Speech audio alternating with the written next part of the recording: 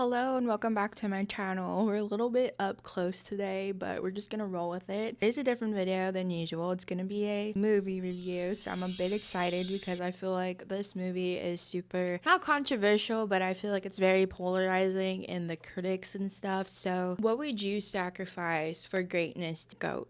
This is what this movie explores, and we will also get into other topics that it also dives into. Him is directed by Justin Tipping and produced by Jordan Peele's Monkey Paw. Peele didn't direct this, but the visual language will definitely remind you of that house style glossy dread, ritual frames, and symbol heavy blocking. Gorgeous visuals. And I know that when people say the first positive thing you have to say about a movie is just about its gorgeous visuals, that it lacks any kind of like substance, and it's not a good movie. But just give me a second, okay? It stars Tyreek Withers and Marlon Wayans. I think I said that right. Julia Fox appears as a hyper visible influencer spouse per usual. The premise is a rising quarterback trains with his idol at an isolated compound. Mentorship curdles into a cult, according to Rotten Tomatoes, and I would agree that's basically what happens in the movie. Now, when I watched this movie, I had seen the very bad reviews, which intrigued me more because I feel like when Rotten Tomatoes collectively hates a movie, I'm going to enjoy it.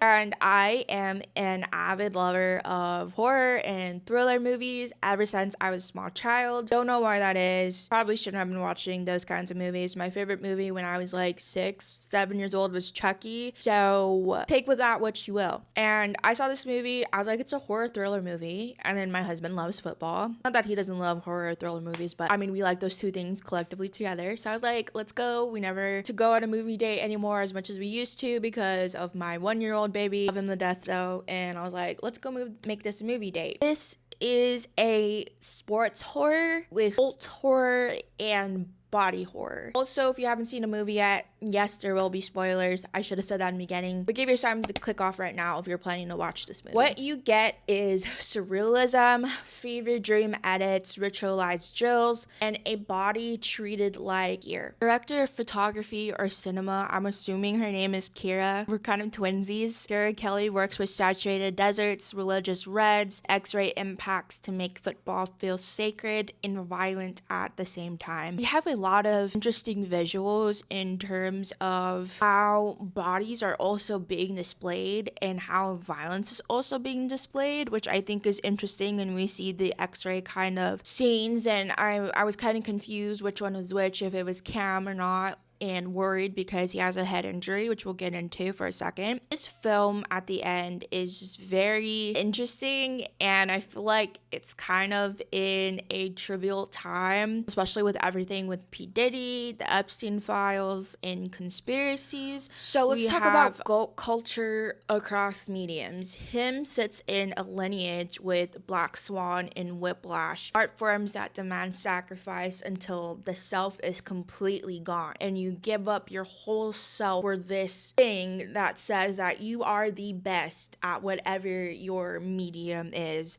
Ballet, jazz, percussion, pro football. For uniforms, same altar.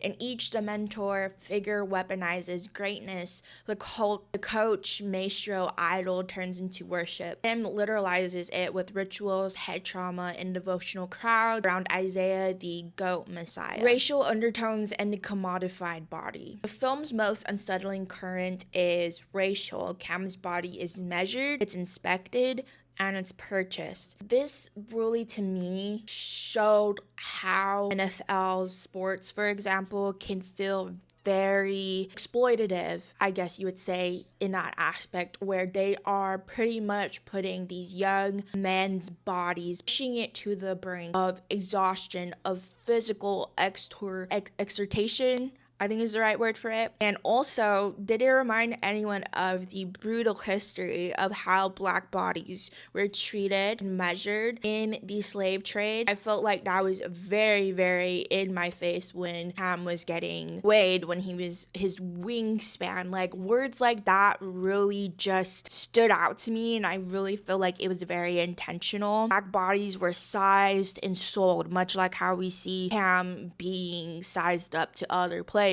Even Isaiah says that he's a big and uses a lot of colorism of how of how Cam is half black and multiracial. Football is seen as a pipeline, speed, power, pain tolerance, excellence repackaged as a product that you are not only bringing to the field, but bringing to television, getting brand deals, doing all this kind of glamorous stuff that is outside of the field as well. Critics have called it an all-American cult recruiting young black men for sacrificial rights. Whether you think the movie nails that point or not, the imagery is definitely not subtle at all, and this is from I believe a review from Rotten Tomatoes. I think that it was very well presented in that way, but also didn't really leave much to imagination or much of like, oh, is this what this means, if that makes sense. And it also touches upon toxic masculinity, and I really want to touch upon this because no, I am not a man, but my dad has always had this toxic masculinity. I remember growing up and stuff and how they treated my brother. Not that they were abusive to my brother or anything like that, but like this mentality, like how Cam says and his father says, no guts, no glory. Meaning you have to spill some shit, do some really hard shit, or else you won't get the glory, you won't get what you want. I feel like this toxic masculinity in America can also be seen in football. Again, pushing players to their limits. If you can't handle getting your leg broke, then you're not strong enough, you're weak. Cam, for example, wanted to play league still even though he had a very bad injury, and I feel like this was kind of overlooked. This is my like critique for them for this movie, is that I feel like that part was kind of overlooked. I know the whole surrealism thing and the kind of absurdity with the mascot, the goat kind of figure that we see throughout the movie is kind of following Cameron around and then like reminding him about his head injury, and then once he has that head injury in the beginning, I don't know, the reaction was too weird for me. Is like, are you guys not gonna like react to like this mysterious figure in the goat mascot thing that Cameron wants to be involved in on the Saviors team? Like, I would have been more freaked out, but that's just me. The toxic masculinity definitely hit a nerve for me, and I grew up around versions, like I said, of masculinity that equated feelings with weakness and pain with proof. Him stages that ideology. Men don't break, they get better, they power through. There's no room for any kind of weakness, because weakness, crying, showing emotion, are feminine traits. Those are considered weak. Just some things I want to put out there. The idol says, give me your body, your faith, your father's expectations, and I'll give you goat status. That's not mentorship, that's consumption. And of course, we're going to the whole cult factor, which I feel like is very, on the nose, and I know like it still has that horror element and all that body horror, breaking bones, and just like seeing all this, not gore necessarily, but like just seeing how fragile the human body can be, but also seeing how powerful the human body can be at the same time. And of course, we have to talk about Americana, football as faith. And football is the American pastime and the American myth, merit, spectacle, Sunday service. The compound reads like a mega church for winning, banners as icons, drills as liturgy, fans as congregants. That's where the horror works. The movie doesn't invent a cult, it reveals one. And this is from Rotten Tomatoes, and I feel like this is a very interesting way to look at it, because America in itself is very religious in a sense. We have God mentioned in a lot of our documents and stuff like that. We pledge to the flag, etc. That's not like what my nitpick is, but it's interesting that this movie doesn't invent a cult, right? The cult members, as we see, are the people that are part of this football league, right? You can even look at it in the music industry, like I said, with P. Diddy. We were saying that these parties, these white parties, or P. Diddy being part of this horrible thing, was a conspiracy for a while. Now, it's not a conspiracy. This is all fact and truth, right? And I think that showing football as a cult, pretty much just idolizing anything that brings you fame or glory, or that puts one person on a pedestal as the best, I feel like really shows the cult mentality. And I think that it's very interesting to explore. And also, I feel like we have cults in America. In my opinion, the MAGA cult, I feel like also I feel like can be a commentary on that kind of American ideology or the American mindset of having to be the best, having the West be the best out of the whole world, right? Everyone, or the US, thinks of itself very highly, and I feel like this mentality is very individualistic that we see in American culture, in my opinion. And I feel like exposing this kind of cult in the NFL, you know, it brings real life things into horror. And I feel like, yes, it has some very absurd costumes at the end. Julia Fox being Julia Fox, and I think my only nitpick to her criticism is I kind of wish they picked someone else for Julia Fox, but I guess she plays the whole bimbo character or influencer hot girl character that she usually does. But I will give her props for doing a horror movie, being kind of like the high priestess, if you want to call her that.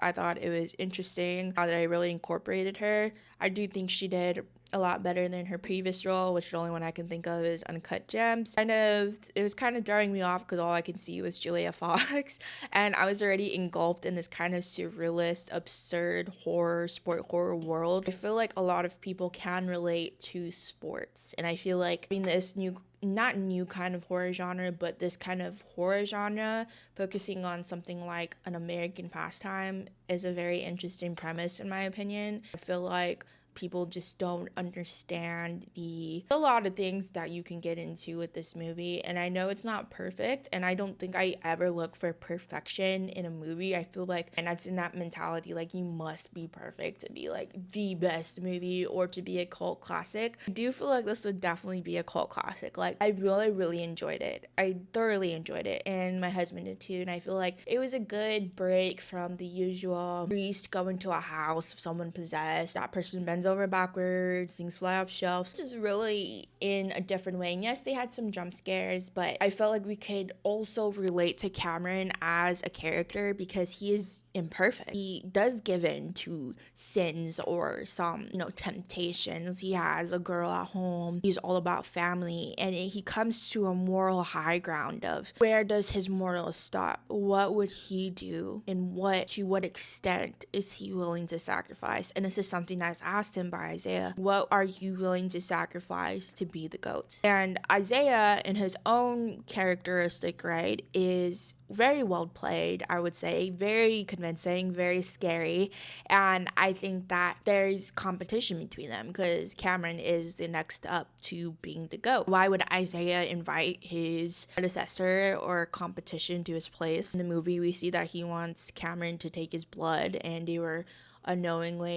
Cameron unknowingly being injected Isaiah's blood, and it seems like maybe it's shown that this was how previous goats got their strength and their agility and stuff like that. And we really see how important being a messiah, and I feel like calling him Isaiah, is very, very intentional. Isaiah White is very intentional, again with the colorism, being biracial in Cameron's case, then being a black man with a white influencer wife, very young white influencer wife. I think there's a lot of racial undertones into that, if that makes sense. I feel like people have said that Withers looks like a deer in the headlights, and I would say to that, why is that a bad thing? He really comes off as this not like naive character, but more of this rookie in awe of Isaiah, but also fear, but also you can tell that he's having this internal conflict with himself,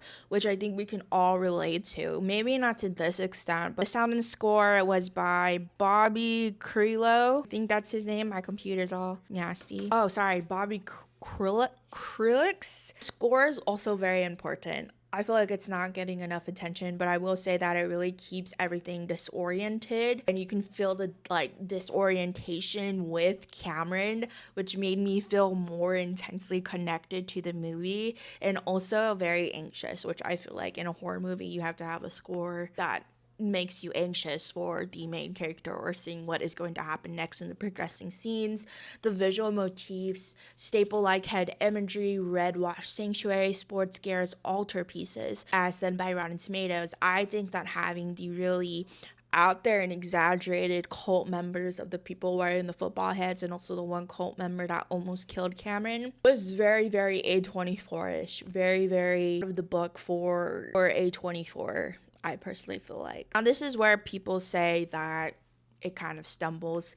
For Rotten Tomatoes, it's a slow burn and the finale feels clipped. I wanted either more lore or a cleaner emotional landing. If you crave answers, you may bounce. And I do agree with this critique because I do feel like there could have been more kind of built up into it. In the end, we see Cameron basically kill everyone, and then his manager gets taken into the offering instead of Cameron. Julia Fox accidentally stabbed herself in the neck because she trips into the pentagram or whatever the fuck, and the unseen entity that was supposed to take Cameron, I think, takes his manager instead. And we see in the picture very quickly that his dad, Cameron's dad, had signed him up basically since he was small to basically set him up for this path to be in Isaiah's path by the time that Cameron got of age and to be the GOAT. And you can see from the beginning that his dad is very, very, very living vicariously through football, and then also feel like he would probably live vicariously through his son. Here are some other critics that say calls it an exhausting mashup of Any Given Sunday and The Devil's Advocate. The exhaustion is the point, greatness as grindhouse, Rotten Tomatoes. NPR Bob Mondella says, notes, X-ray enhanced, tackles a lot of red lighting, gets pretty tiresome, might take if you don't vibe with ritualized symbolism, it will feel repetitive. For me, it's thematic insistence. Last one, 7 Days, Margot Harrison.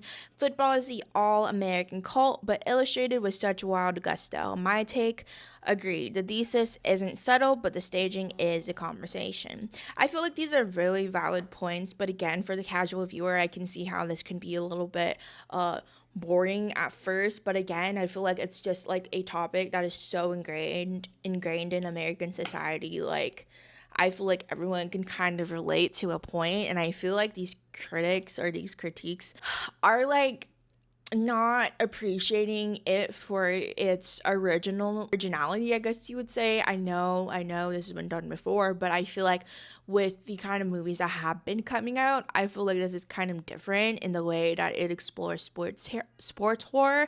We've been seeing a lot of body horror, obviously the substance. I feel like the end of this movie could have been a little bit more, or the lore could have been more with his dad and how he got set up for this.